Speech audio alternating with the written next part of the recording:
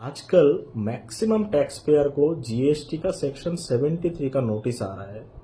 अभी ये नोटिस क्या है, क्यों आ रहा है, उसी के ऊपर मैं डिस्कस करूंगा।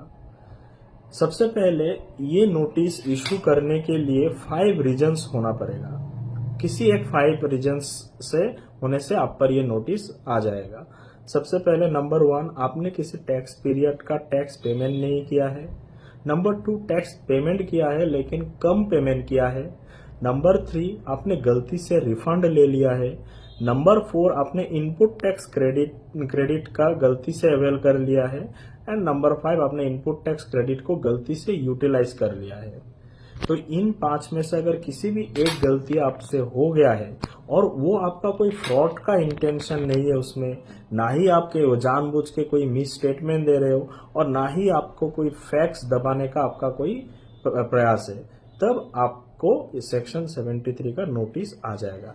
लेकिन अगर आपका फ्रॉड का इंटेंशन है, आप जानबूझ के फैक्स दबा के ये सब कर रहे हो, देन आपको सेक्शन 74 लागू हो जाएगा। उसके लिए मैं कभी किसी और एक दिन नया वीडियो बनाऊंगा।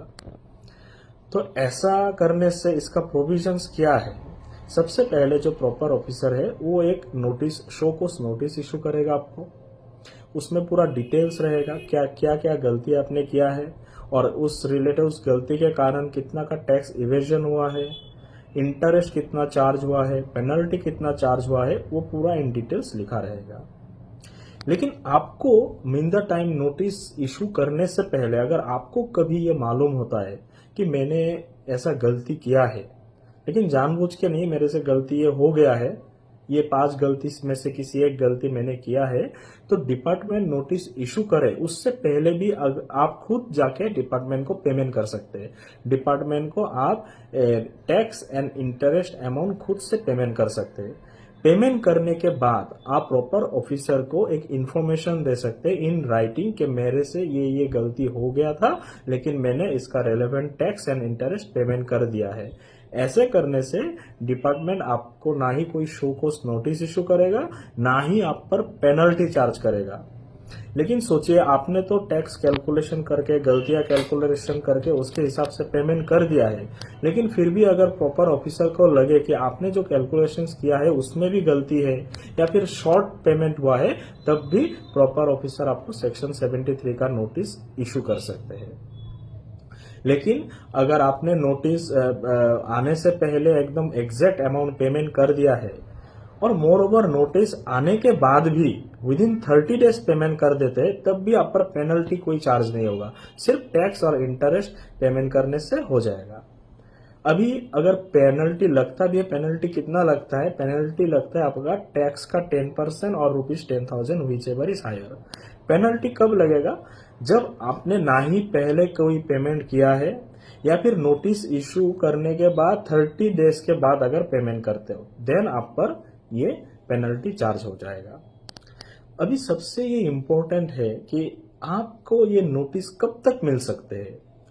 ऐसा नहीं कि डिपार्टमेंट जब मन चाहे किसी भी एक फाइनेंशियल ईयर का किसी भी डेट पे ये सेक्शन 73 का नोटिस इशू कर सकते हैं। इसका एक टाइम लिमिट है। लॉ ये बोलता है कि जिस फाइनेंशियल ईयर का ये रिलेटेड है, ये सब गलतियां जिस फाइनेंशियल ईयर का रिलेटेड है, उस फाइनेंशियल ईयर का जो एनुअल रिटर्न का ड्यू डेट होता है, उस ड्यू डेट से लेके नेक्स्ट 3 इयर्स तक, विद इन 3 इयर्स तक डिपार्टमेंट को इन सब गलतियों का ऑर्डर पास करना है। और वो जो ऑर्डर पास करेगा उससे ठीक 3 महीने पहले आपको नोटिस आ जाना चाहिए। एग्जाम्पल, जैसे अभी फाइनेंशियल ईयर 2023-24 खत्म हुआ है, अभी 2023-24 का जो एनुअल रिटर्न का ड्यू डेट है, ये है आपका 31 दिसंबर 2024। इस पीरियड में अगर आपने कुछ गलतियां किया है और आप पे सेक्शन 73 लागू हो गया है, देन डिपार्टमेंट आपको 31 दिसंबर 2027 तक आपको ये ऑर्डर पास कर सकते हैं। और उस ऑर्डर पास करने से 3 महीने पहले, मीन्स 30 सितंबर या उससे पहले आपको नोटिस इशू हो जाना चाहिए।